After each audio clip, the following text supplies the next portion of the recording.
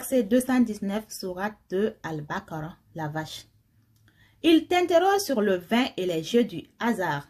Dis, dans les deux, il y a un grand péché et quelques avantages pour les gens.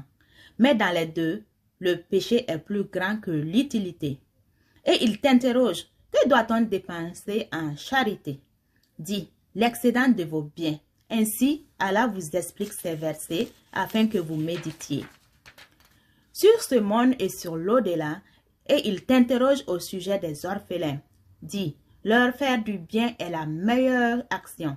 Si vous vous mêlez à eux, ce sont alors vos frères en religion. Allah distingue celui qui sème le désordre de celui qui fait le bien.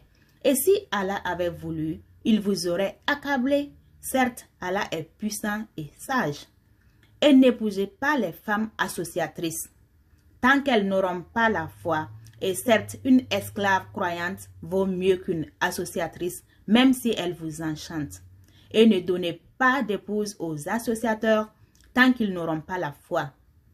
Et certes, un esclave croyant vaut mieux qu'un associateur, même s'il vous enchante.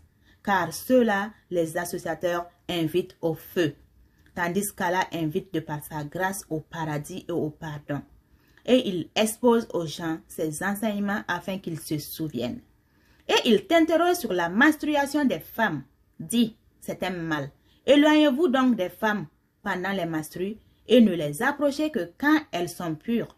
Quand elles se sont purifiées, alors cohabitez avec elles suivant les prescriptions d'Allah, car Allah aime ceux qui se repentent et il aime ceux qui se purifient. Vos épouses sont pour vous un champ de labour. Allez à votre champ comme et quand vous le voulez et œuvrez pour vous-même à l'avance. Craignez Allah et sachez que vous le rencontrerez et faites gracieuse annonce aux croyants. Et n'usez pas du nom d'Allah dans vos serments pour vous dispenser de faire le bien, d'être pieux et de réconcilier les gens.